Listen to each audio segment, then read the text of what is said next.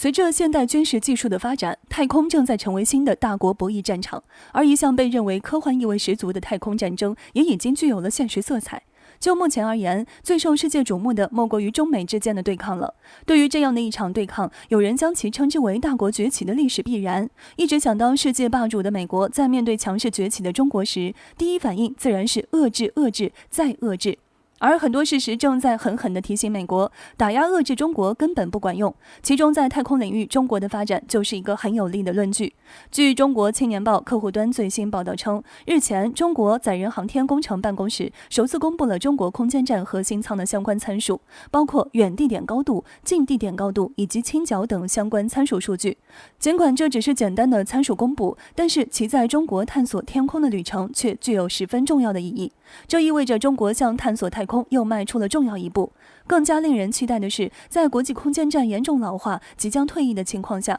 中国空间站将有望成为世界唯一一个空间站。基于这一点，很多国家已经向中国递来了合作意向。而在看到中国空间站发展飞快之际，美国似乎也开始打起了小算盘。我们知道，当年中国想要进入国际空间站之时，就被美国以冠冕堂皇的理由拒绝了。但我们清楚，这是美国故意制裁中国。而如今这一情况却颠倒了，美国提出的加入申请被中国以正当理由回绝了。但是美国仍然不死心，这次 NASA 局长憋出一个大招，要利用俄罗斯来压服中国。比尔·尼尔森表示，当年美苏冷战时期，美苏仍然在太空领域保持一定的合作，直到现在，美国仍然在太空领域同俄罗斯有着广泛的合作。其言外之意似乎就在说，即便现在中美处于高度对抗的态势，中国也仍然要将空间站的大门向美国敞开。不得不说，美国这一招有点道德绑架的意味在。我们知道，早在2011年，美国就通过了一项法案，禁止美国在航天领域同中国合作。那么如今，美国还要责怪中国带有偏见，不准美国进入，这简直就是赤裸裸的流氓行径。而中方对此的态度似乎也很明确，如果美国真的想要来，需要一定的条件。正如长征系列火箭总设计师所说的那样，美国先把那条沃尔夫条款废除了再来。可见美国想搭中国的太空顺风车没那么容易。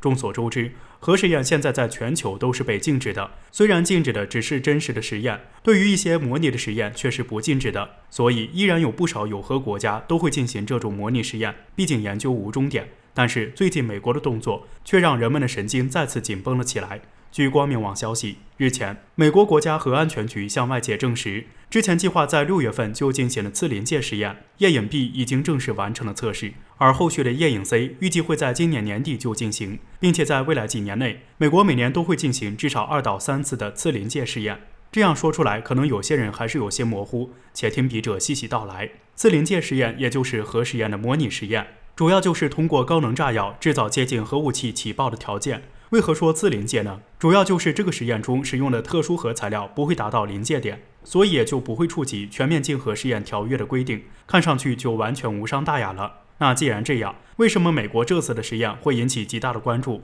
为什么又提到必须要提高警惕呢？需要指出的是，做核试验的主要目的就是研发新的核武器，并且到了必要时刻可以随时制造新型的核武器，而全球几乎所有拥核国家都在进行这个研究。但是为什么说美国却伸出了试探的小爪子？这就要说到美国不断增速的核试验了。自从1997年开始次临界试验，除了头3年，也就是1997年到2000年，美国一下子就非常迅速地进行13次，其他时候都是慢慢来的。就比如2001年到2010年10年，美国才进行13次，而到了2011年至2020年更是直线下跌，10年时间仅仅实验了5次。但是自从中美关系越来越紧张后，美国就加紧了核试验次数，从扩展核试验场开始，到核试验新技术的研发，甚至有消息表明，目前美国核试验场内同时准备了至少3到4项核试验。所以这次美国宣布，2021年已经进行了1项核试验，并且在下半年还会再有1次，同时之后每年都会至少有2场，多一点的还会有3场，代表了什么？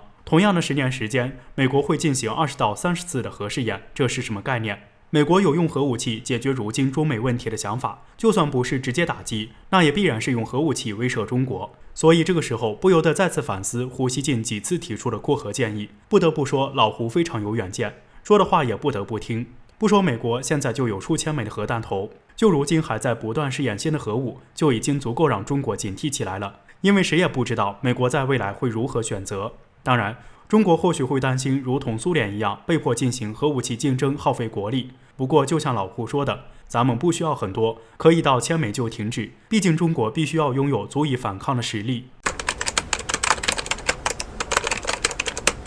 近来，中国周边的挑衅势力越发猖狂。据美国《华尔街日报》报道称，日前澳大利亚政府有计划对华出招，将提供6个太平洋国家收购移动网络所需的大部分融资。单看这一举措本身，似乎很难发现澳大利亚背后的真实用心。仔细分析就会发现，澳大利亚此举旨在阻止中国在战略通信领域的作为。一旦计划成功，将很有可能限制中国在该地区的国际影响力。这样的对华信号已经十分明显。澳大利亚即使在国内出口经济陷入严重困境之际，仍然没有放弃对华挑衅。从这一势头来看，中国如果不下狠手，澳大利亚是不会长记性的。同样的情况也发生在日本身上，在看到澳大利亚挑衅中国，使得中澳关系陷入紧张之际，日本还不忘出来拱火。日本驻澳大利亚大使山上信武称赞道，在处理与中国的关系上，澳大利亚做得十分出色。这样赤裸裸的挑衅言论，实在是令人气愤。除此以外，日本还鼓动澳大利亚一道介入到东海局势中来。近期，日本被爆出将在东海地区有重大军事活动，其正准备依托海上岛屿马毛岛以及新改造的轻型航母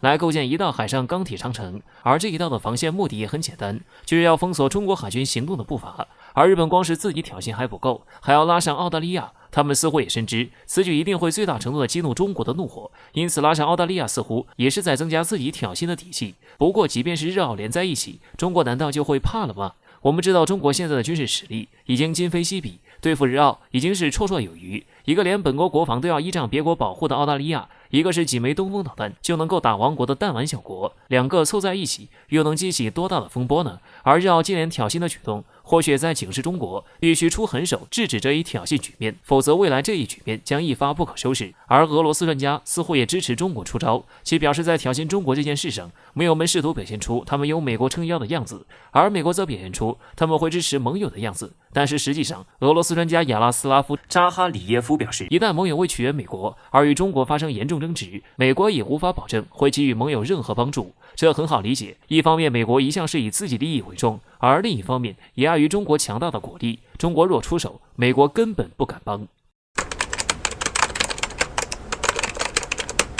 之前，关于英国航母蓝南海最大的消息就是，英国和日本的防卫大臣联合公布，英国将在日本永久部署2艘军舰，并且还会永久驻留1支特种部队。但是如今这个消息却再次被一个更劲爆的消息掩盖了。据新华网消息，英国防卫大臣华莱士在接受日本东京媒体采访的时候，直接公开表示，英国将会派遣1支航母打击编队穿越南海争议海域。当然，英国只能在国际法允许的海域上自由航行，所以英国尊重中国，也希望中国尊重英国。好家伙，英国这是要给中国下战书，先是在日本永久驻军，又是要让伊丽莎白女王号航母率领编队在南海争议水域自由航行，甚至还提到了希望中国能够尊重英国。照这样算，下一步英国是不是还要掺和一脚台海？英国这是打算升级台海局势，以武力威慑中国吗？先不说其他，英国既然提到了南海的争议水域，那就是说英国知道属于中国的水域在哪里。既然如此，只要英国不擅长属于中国的海域，尊重中国的海洋主权利益，那么自然无所谓中国不尊重英国。但是如果英国对中国的海域认可有偏差，亦或是特意来对中国下战书，那么就别怪中国帮助英国好好长长记性了。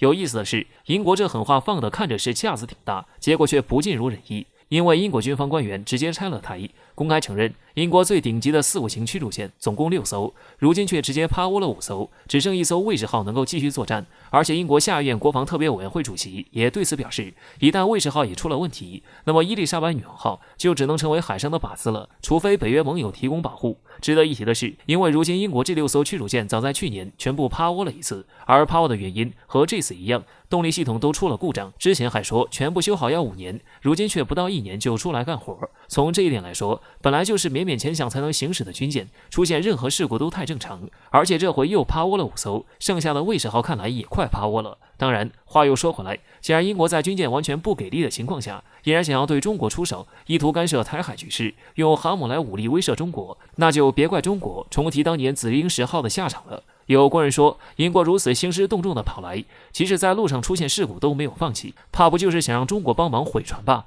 虽然这就是说笑的，但是如果英国不听劝告，军舰闯入中国海域，解放军炮火是不长眼的，自然就可以帮英国毁船了。